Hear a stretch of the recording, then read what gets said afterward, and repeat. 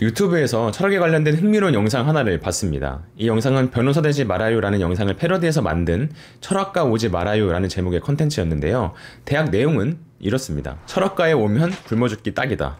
나중에 철학관에 열려고 그러냐는 질문을 받지만 나도 대학에서 뭘 배우는지 몰라서 반박 불가다. 배우는 건 쉬운 내용을 어렵게 말하는 것 뿐이다. 해외 유명 대학 학위를 가진 천재들이 교수 자리보다 더 많다. 이 영상은 애정 어린 시선으로 철학을 바라보는 분들에겐 조금 불편한 영상일 수도 있습니다. 제 채널을 구독해주시는 분들 중에서도 한두 분쯤은 그러지 않을까 생각하는데요. 대학교에서 철학을 전공했던 저의 감상평을 말씀드리자면 슬프게도 저는 영상 내용의 대부분에 동의합니다. 동의하는 걸 넘어서 뼈를 맞았다라는 느낌을 받을 정도로 공감합니다. 철학 전공자가 만든 영상이라 그런지 냉정한 철학과의 현실을 말하고 있으니까요. 철학 전공이 취업에 불리한 건 부정할 수 없는 사실입니다. 또 학부 수준에서 배우는 철학은 내가 이런 걸 배운다 라고 확실히 말하기 어려울 정도로 넓은 범위를 얕게 공부하는 것도 맞습니다. 그리고 해외 유명 대학의 졸업장이 있어도 한국에서 철학 교수가 된다는 게 거의 불가능하다는 점도 자명합니다. 요즘은 있던 교수 자리도 사라지는 판이니까요. 저 영상의 댓글 중에는 크리에이터를 비판하는 사람의 댓글도 있었습니다. 하지만 저 영상이 좋든 싫든 저 내용들은 철학이 당면한 인정할 수밖에 없는 현실입니다. 사실 철학 전공자의 암울한 현실은 이 시대만의 문제인 것처럼 보이지만 과거에도 마찬가지였습니다. 그 유명한 고대 소크라테스도 생계를 책임지지 못한다는 이유로 아내에게 구박받았다는 이야기가 전해집니다. 더 가까이 근대의 쇼펜하우어나 마르크스 같은 걸출한 철학자들의 부모들도 자식이 철학 공부를 한다는 걸 반기지 않았죠. 칸트, 니체, 비트겐슈타인과 같이 역사에 선명하게 이름을 남긴 철학자들의 삶도 풍요로움과는 거리가 멀었습니다. 책상에 앉아서 세상의 거대한 물음을 떠안는 철학자의 삶은 어느 시대에서나 현실과는 멀었던 것이죠. 철학은 가문에 돈이 많아서든 소박한 삶을 선호해서든 돈에 연연하지 않아야만 할 수 있는 공부였습니다. 이런 점에서 철학을 할 때 현실적 풍요로움을 포기해야 하는 건 축구를 할 때 손을 쓰지 못하는 것처럼, 농구를 할 때 발을 쓰지 못하는 것처럼 문제가 아니라 이미 주어진 기본 조건입니다. 그래서 중요한 건 철학과에 오면 굶어 죽기 딱이야 라는 말을 두고 갑론을박을 벌이는 게 아닙니다. 그보단 돈이 되지 않는 철학을 왜 공부하려고 하는가에 대한 각자의 이유를 찾는 게 중요하겠죠. 제가 철학과에 진학했던 10여 년 전에도 철학의 미래는 똑같이 어두웠고 주변에서 진학을 만류하는 학과였습니다. 고작 18살이었던 저 역시도 철학 전공을 살려서 취업을 할 거란 기대를 아예 하지 않았죠. 그만큼 철학이 처한 현실은 널리 알려져 있었습니다. 그런 상황에서도 저는 철학과를 선택했고 지금은 더 나아가서 철학 컨텐츠를 만드는데 제 삶을 쏟아붓고 있습니다. 이번 기회에 이러한 현실을 알면서도 제가 철학과를 지원했던 이유와 철학책까지 출간하며 지금까지도 철학 공부를 계속하는 이유를 말씀드려볼까 합니다. 저의 이야기가 철학에 관심을 갖는 분들에게도 도움이 되지 않을까 해서요. 제 이야기를 들으시면서 여러분들도 스스로 왜 철학이 중요하다고 생각하고 공부하려고 하는지 함께 생각해 보셨으면 좋겠습니다. 제가 입시를 치르던 2010년대 초에는 지금보다 수능 응시생이 더 많았습니다. 대학 간판이 개인의 미래를 결정한다는 말이 훨씬 더 잘 먹히던 시절이었죠. 그래서 어떤 대학에서 어떤 과를 전공할 것이냐가 마치 저의 인생을 결정할 것만 같은 그런 부담감으로 다가왔습니다. 그런 상황에서 저는 일찍이 철학과에 진학하기로 결심했는데요. 어떻게 취업을 하려고 하느냐라는 주변의 만류가 있었지만 저에게는 철학과에 가고 싶은 두 가지의 확실한 이유가 있었습니다. 첫 번째 현실적인 이유는 수험 생활을 거치면서 제 스스로가 좋아하는 공부가 아니면 공부를 하지 못하는 사람이라는 걸 깨달았기 때문이었습니다. 저는 제가 원하지 않는 과에 진학하면 100%의 확률로 공부를 하지 않을 거란 확신이 있었죠. 그럴 거면 이왕 평소 흥미가 있던 철학과에 진학해서 재밌게 공부나 해보자 라는 결정을 했습니다. 어차피 문과가 취업에 불리하다면 과를 따지지 말고 하고 싶은 공부나 하면서 장학금이나 받자는 생각으로요. 두 번째로 학문적인 이유에서 저는 철학을 열심히 공부하면 이 수수께끼 같은 세상을 이해할 수 있는 명쾌한 해답을 얻을 수 있을 거라 기대했습니다. 철학을 통해 세상의 온갖 문제를 꿰뚫어보는 본질적인 이치를 알 수 있다면 더 고상한 삶을 살 수 있을 거라 믿었죠. 지금 돌이켜 생각해보면 18살짜리 고등학생이 뭐 그렇게 심각하게 세상을 바라봤는지 갸우뚱하기도 한데요. 저는 평범한 학생이었지만 어렸을 때부터 뜬금없는 고민에 빠지는 습관이 있었습니다. 예를 들면 고등학교 시험 기간에 모두가 머리를 박고 공부에 열중할 때 저는 맨 뒤에서 고개를 두리번거리면서 저 친구들은 왜 열심히 공부해야 하는지 그 이유를 알까? 하는 생각에 빠지곤 했습니다. 저는 제 스스로가 납득할 만한 공부를 해야 하는 명확한 이유가 있지 않는 한 공부를 열심히 할 자신이 없었습니다. 그렇게 공부를 해야 하는 이유를 찾던 저의 고민은 더 깊숙이 들어가서 왜 인생을 살아야 할까?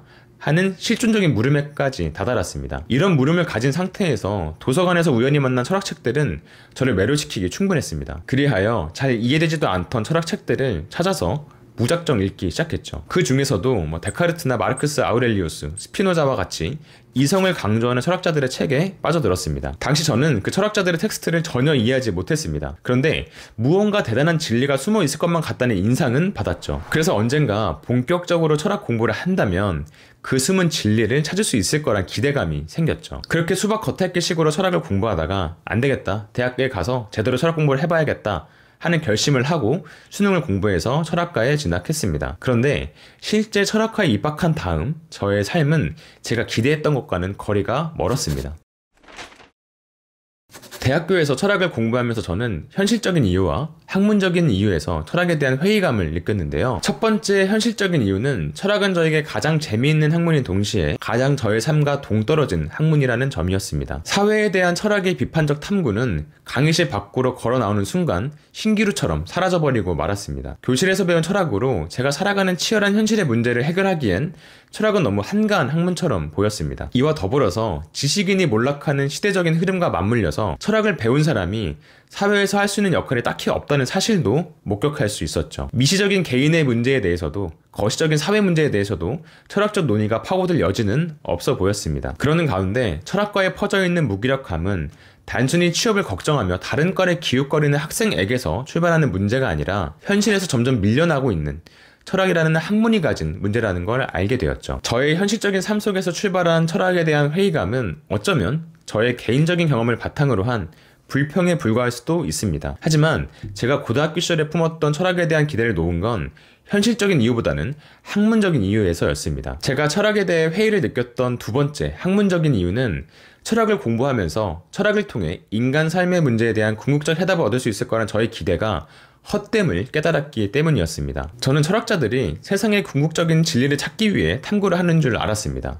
그래서 그들이 남긴 책 속에는 인간이 부여잡고 살아갈 삶의 정답이 있는 줄 알았죠. 하지만 철학을 조금 더 공부하면서 철학자들 스스로가 그러한 믿음을 퍼뜨린 철학의 권위를 해체해 왔다는 것을 알게 되었습니다. 철학이라는 학문은 스스로의 생존 위기를 자처하면서도 자신의 존재 이유에 끝없는 물음을 던지는 그런 학문이었습니다. 고대, 중세, 근대, 현대를 거쳐오는 동안 이어진 철학자들의 비판적인 탐구 속에서 철학은 수없이 많은 변화를 겪어왔는데요. 철학의 역사를 자세히 논의하지 않고 하나의 사고 실험만 해봐도 고전의 바늘에 오는 철학책을 읽어도 삶의 궁극적 해답을 얻을 수 없다는 사실을 쉽게 알 수 있습니다. 제 생각에 동의하실지 모르겠지만 저는 모든 철학자들은 자신이 살고 있는 세계 안에 갇힐 수밖에 없다고 생각합니다. 예를 들어 세계의 질서가 지구와 인간을 중심으로 돌아간다는 지식이 정설로 받아들여지는 세상에 태어난 철학자가 있다고 가정해 보겠습니다. 이 철학자는 지구와 인간을 세상의 중심에 두고 철학적 탐구를 해 나갈 것입니다.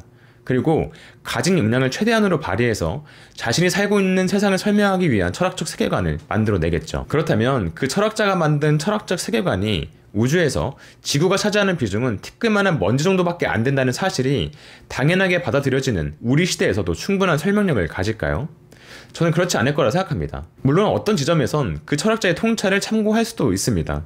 하지만 그 철학자에게 그가 보지 못했던 세계까지 포함하는 시대를 초월하는 궁극적 해답이 있을 거란 기대를 갖는 건 지나친 일이겠죠. 마찬가지로 만약 미래의 인류가 우주 밖에 또 다른 세계가 있음을 알아낸다면 그들 역시 우리와는 다른 방식으로 세계를 해석하고 인간이란 존재를 이해할 겁니다. 모든 시대의 철학자는 자신의 세계를 설명하기 위해서 가장 설득력 있는 해석을 제시하고자 열중했습니다. 특히 이 흐름은 근대의 과학혁명과 엮이며 더 역동적으로 진행되었죠. 철학자들은 패러다임의 변화를 일으키는 새로운 과학적 지식을 품기 위해 부단히 노력했습니다. 그 과정에서 앞선 철학자들이 남긴 유산은 수정되고 보완되고 혁명적인 변화를 거쳐왔죠. 이렇게 새로운 시대가 도래할 때마다 그 새로운 시대를 설명하려는 새로운 철학이 등장해 왔습니다. 가까운 현대에서도 들레즈 같은 철학자가 자신의 철학에 리만 기하학과 양자역학을 끌어안으려고 했던 것처럼요. 이렇게 철학이 끊임없는 변화 속에 놓일 수밖에 없다는 역사적 사실은 곧 어떤 위대한 철학자도 모든 시대를 아우르는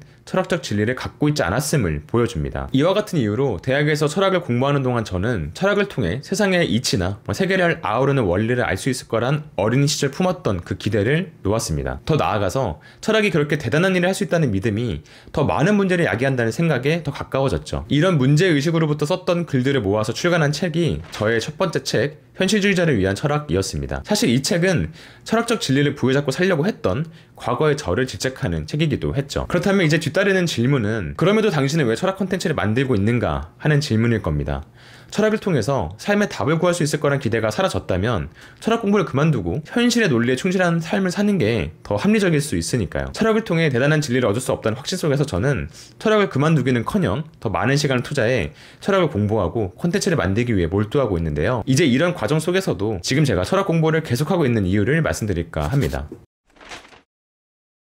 이제 철학은 저에게 세상을 보는 안경을 수집하는 일과 같습니다. 저는 니체를 공부해서 니체라는 안경으로 우리의 세상을 보기도 하고 사르트르를 읽으면서 사르트르라는 안경으로 저의 일상을 관찰하기도 하고 푸코의 작업을 따라가며 푸코라는 안경을 끼고 한국 사회를 바라보기도 합니다. 저는 이렇게 다양한 시각으로 세상을 바라보기 위해서 철학을 공부합니다. 저에게 더 매력적으로 다가오는 안경이 있는 건 사실이지만 어떤 안경이 있는 그대로의 세상을 더 잘 보여주는지는 잘 모르겠습니다. 저는 철학자들의 안경에 우열이 있다고 생각하지는 않으니까요. 그리하여 하나의 성능 좋은 안경을 찾기 위해 노력하기보다는 최대한 여러 안경을 경험하기 위해서 노력하고 있습니다. 여기서 철학을 공부하는 저의 이유를 더 파고 들어가서 왜 그렇게 다양한 시각에서 세상을 보려고 하느냐라는 꼬리 질문도 가능하리라 생각합니다. 이런 질문에 저는 다양한 시각으로 세상을 바라봐야 성공할 수 있다라는 자기개발형 답변이나 다양성을 존중하기 위해서라는 도덕적인 답을 할 수도 있습니다. 하지만 제가 철학 공부를 통해서 세상을 보는 안경을 수집하는 이유는 그것보다 훨씬 단순합니다. 그저 저는 제 눈으로만 보는 세상이 따분해서 철학자들의 안경을 빌리고자 합니다. 철학자들에게서 빌린 안경을 끼고 세상을 바라보면 보이지 않았던 문제들이 보이기 시작하고 당연하게 받아들였던 상식에 대해 발칙한 비판을 하고 싶어지기도 합니다. 많은 영화를 본 영화평론가는 영화의 숨겨진 의미까지 찾아내며 재미있게 즐깁니다. 이와 비슷하게 저는 인생을 걸고 세상을 탐구한 결과를 남겨놓은 철학자들의 책을 통해서 우리의 삶에 보이지 않는 면을 발견하며 조금 더 재미있게 삶을 만끽하고 싶습니다. 이것이 제가 돈이 되지 않는 철학을 지금도 공부하는 이유이고 진리나 본질과 같은 형이상학적 도그마에서 벗어나 사유하는 현대 철학자들의 작업을 주로 다루는 이유입니다. 철학에 대한 기대가 큰 분들에게 어쩌면 철학을 공부하는 저의 이유가 조금은 사소하게 들릴지도 모르겠습니다. 또 만약 누군가 그건 당신이 철학을 어설프게 알기 때문에 하는 말이야 라는 논점으로 저에게 반론을 제기하신다고 해도 저는 반박할 마음은 없습니다. 이건 어디까지나 철학을 공부하는 저의 사적인 이유이니까요. 다만 이 영상을 보시는 분들 중에서 철학에 관심을 갖는 분이 계시다면 한 번쯤 철학을 공부하는 이유에 대해서 함께 생각해 보셨으면 좋겠다는 바람에서 이 영상을 만들어 보았습니다. 철학을 공부하는 이유가 철학을 통해 삶의 이정표를 얻기 위해서 혹은 명확한 삶의 일치를 깨닫기 위해서와 같은 거창한 이유가 될 필요는 없습니다. 이 시대의 철학은 더 이상 필요 없다라는 생각까지도 유의미한 철학적 탐구이니까요. 앞으로도 저의 철학 탐구는 계속됩니다. 다음 영상도 많은 기대 부탁드리고 구독과 좋아요도 많이 부탁드리도록 하겠습니다. 감사합니다. 북스토랑이었습니다.